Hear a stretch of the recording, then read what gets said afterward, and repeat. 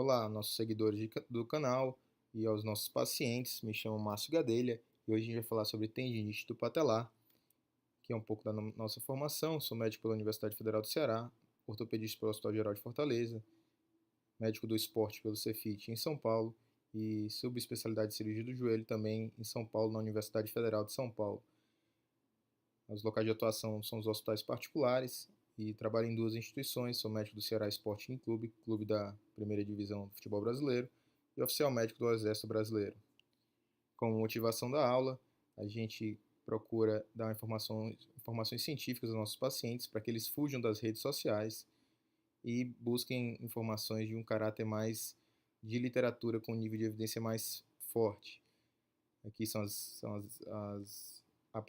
os locais dos quais eu tirei a apresentação, o INSAL, que é o livro Bíblia do Joelho, e esses são os artigos os quais eu tirei a apresentação.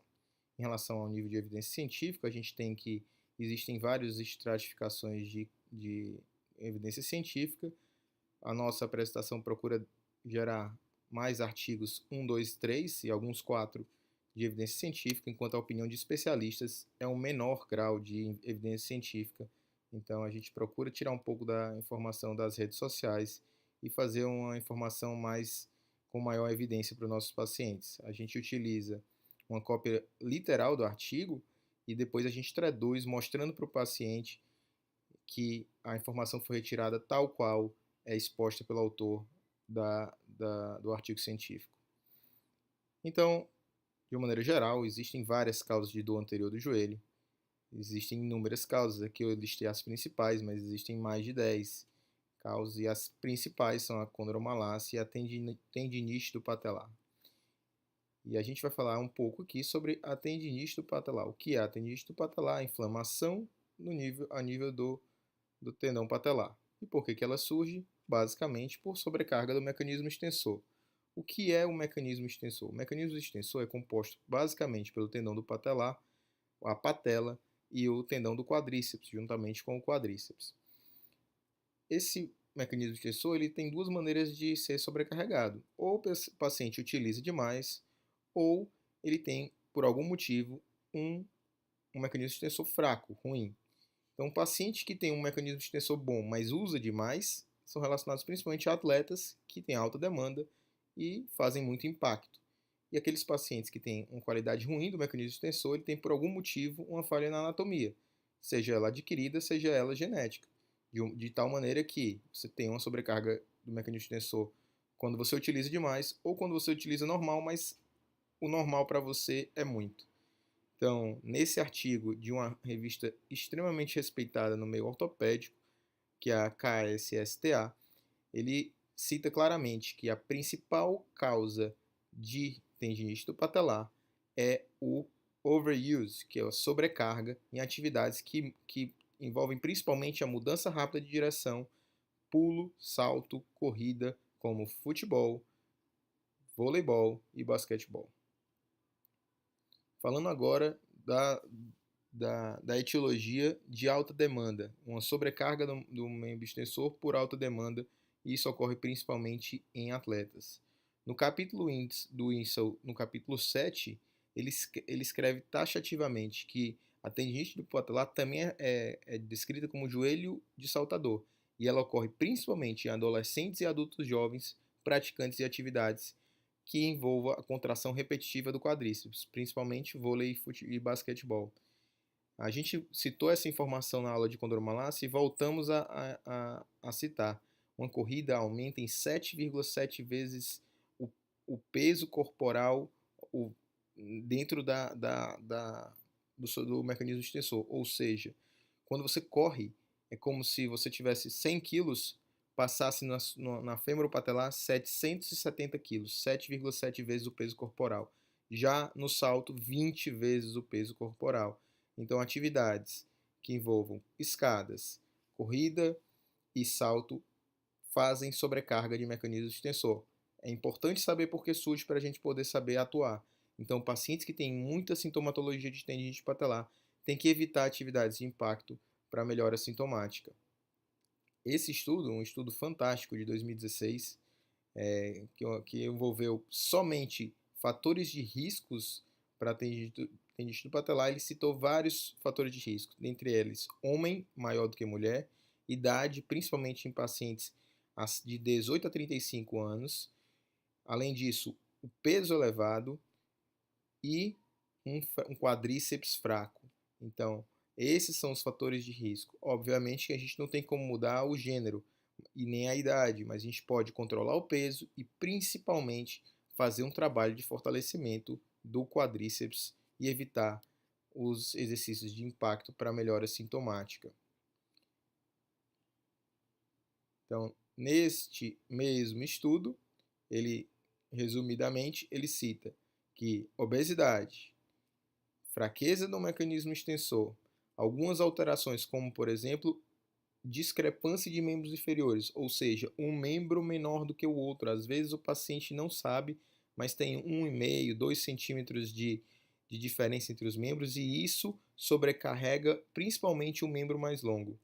Então, musculatura encurtada ou uma musculatura fraca gera também um fator de risco para tendinite do patelar. E, paradoxalmente, a condromalácia, quem tem um vasto medial oblíquo muito forte, tem um aumento de risco de ter tendinite do patelar. De forma resumida, como é que podemos citar? A tendinite do patelar surge por sobrecarga, seja ela relativa ou absoluta, geralmente em um indivíduo jovem que exerce atividade de impacto e que tem um quadríceps fraco associado a um encurtamento muscular. E é isso que a gente vai atuar no tratamento. Como é que diagnostica? Num estudo do Journal of American Academy of Orthopedic Surgeons, que é uma revista extremamente respeitada no meio ortopédico, disse que basicamente o diagnóstico é exame físico e imagem. Então, uma boa conversa com o ortopedista, ele vai diagnosticar a tendinite do patelar, o local da dor, né? E alguns testes provocativos. Nesse teste aí, você faz um agachamento monopodálico, ou seja, com uma perna, e o paciente vai sentir dor na topografia do patelar. Você pode lançar mão de ultrassonografia ou uma ressonância para avaliação do tendão, para você diagnosticar, lembrando que existem mais de 10 diagnósticos da causa dor anterior do joelho, e é importante que o ortopedista tenha a ciência do diagnóstico. Nesse estudo da KSSTA, outro estudo de 2012, com um estudo randomizado e controlado, numa revisão sistemática com nível 2 de evidência, ou seja, um dos principais níveis de evidência que existem a nível ortopédico, ele cita, traduzir para vocês aqui, a conclusão do trabalho. Ele juntou 9 artigos com um processo metodológico de alta qualidade e concluiu a seguinte frase: o mais importante achado deste estudo foi que apenas o treinamento físico, particularmente o exercício excêntrico do quadríceps, pode ser considerado como evidência forte para o tratamento de tendinopatia do patelar. Ou seja, ele estudou 9 estudos no nível 2 de evidência com 602 pacientes e descreveu que o único tratamento que é comprovadamente eficaz para a tendinopatia do patelar é o fortalecimento excêntrico do quadríceps.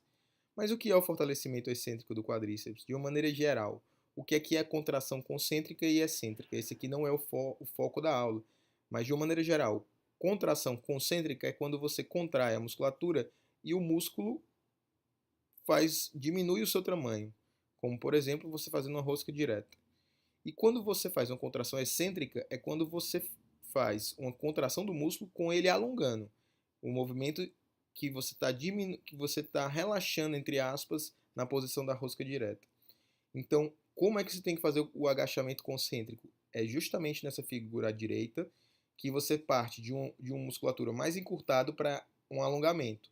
Então, nesta figura, se ele estiver fortalecendo o músculo que está, a perna que está apoiada, num declive de 25 graus, você faz um agachamento e você está trabalhando, nesse caso, a musculatura que está apoiada, que é a musculatura direita. Então, neste artigo, ele descreve passo a passo de como fortalecer. Eu traduzi toda essa orientação para o português.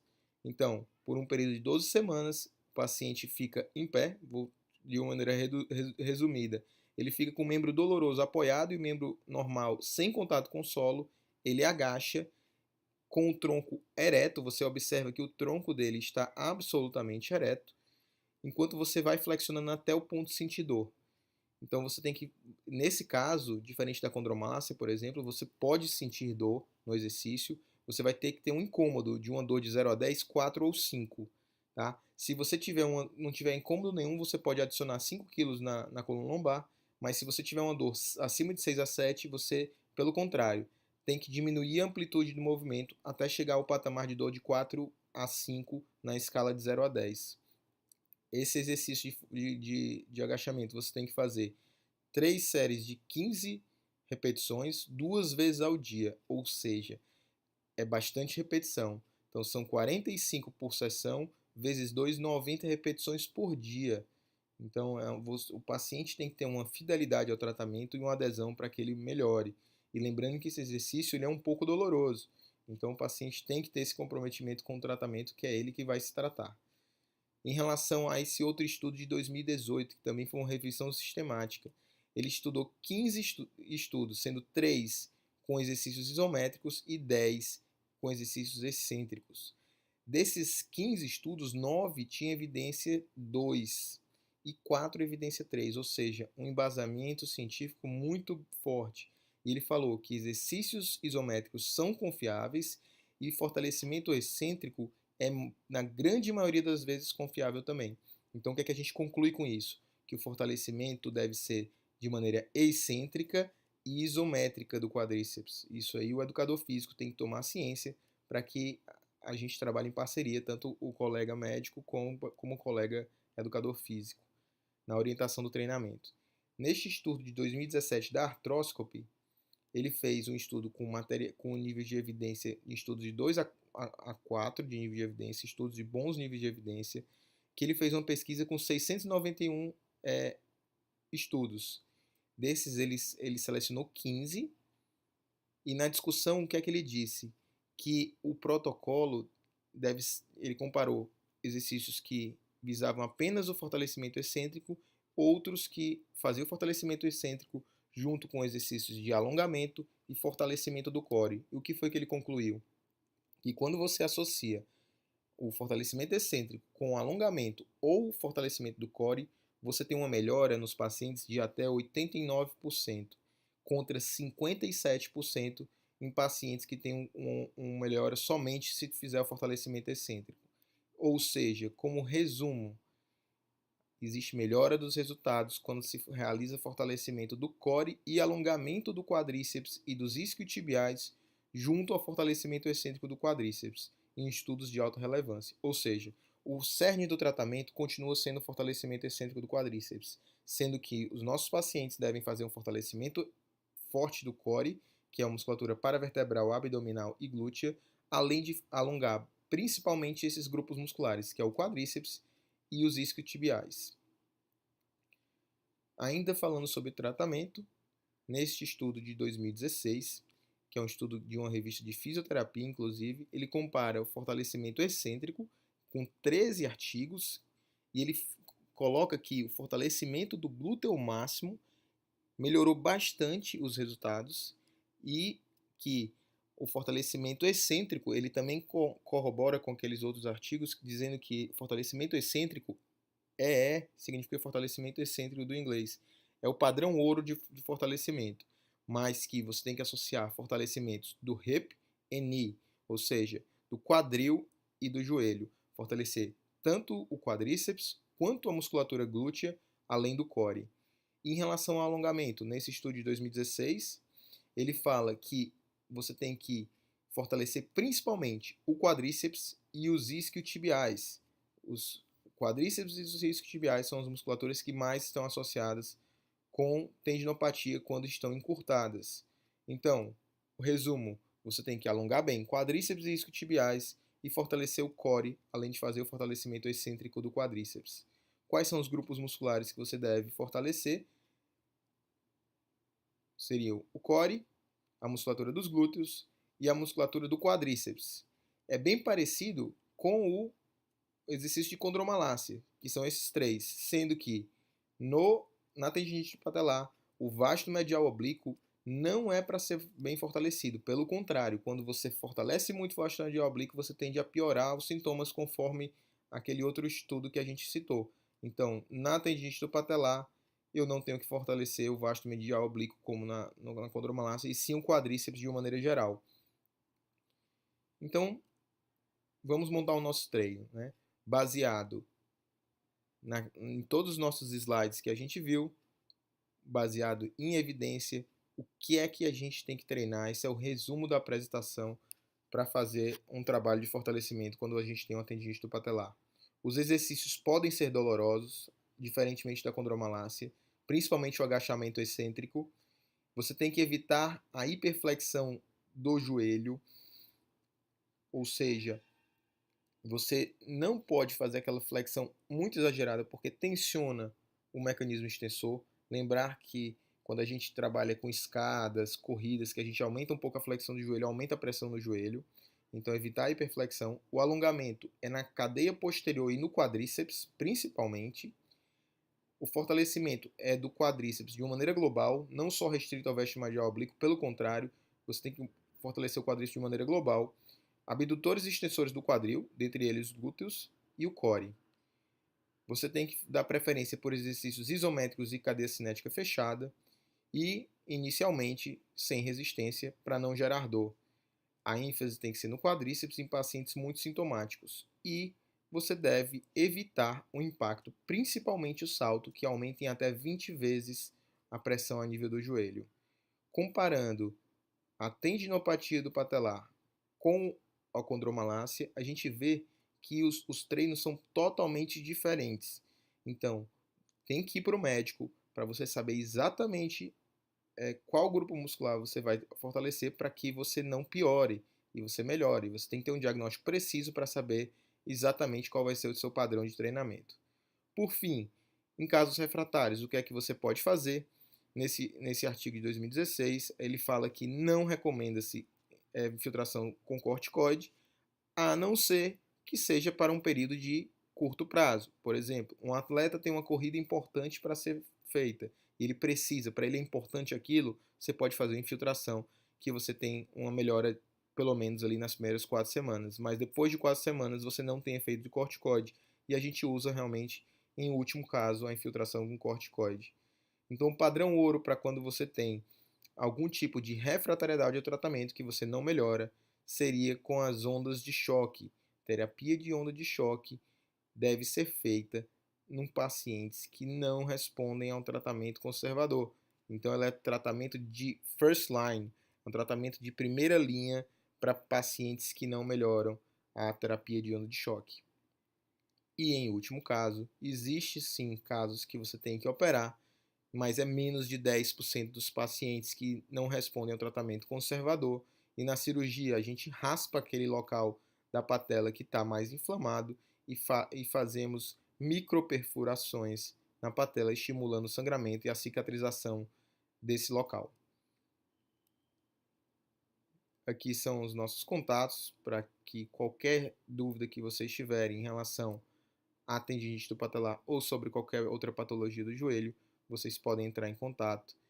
E a gente agradece a atenção e tenham uma ótima semana. Fiquem com Deus. Até a próxima.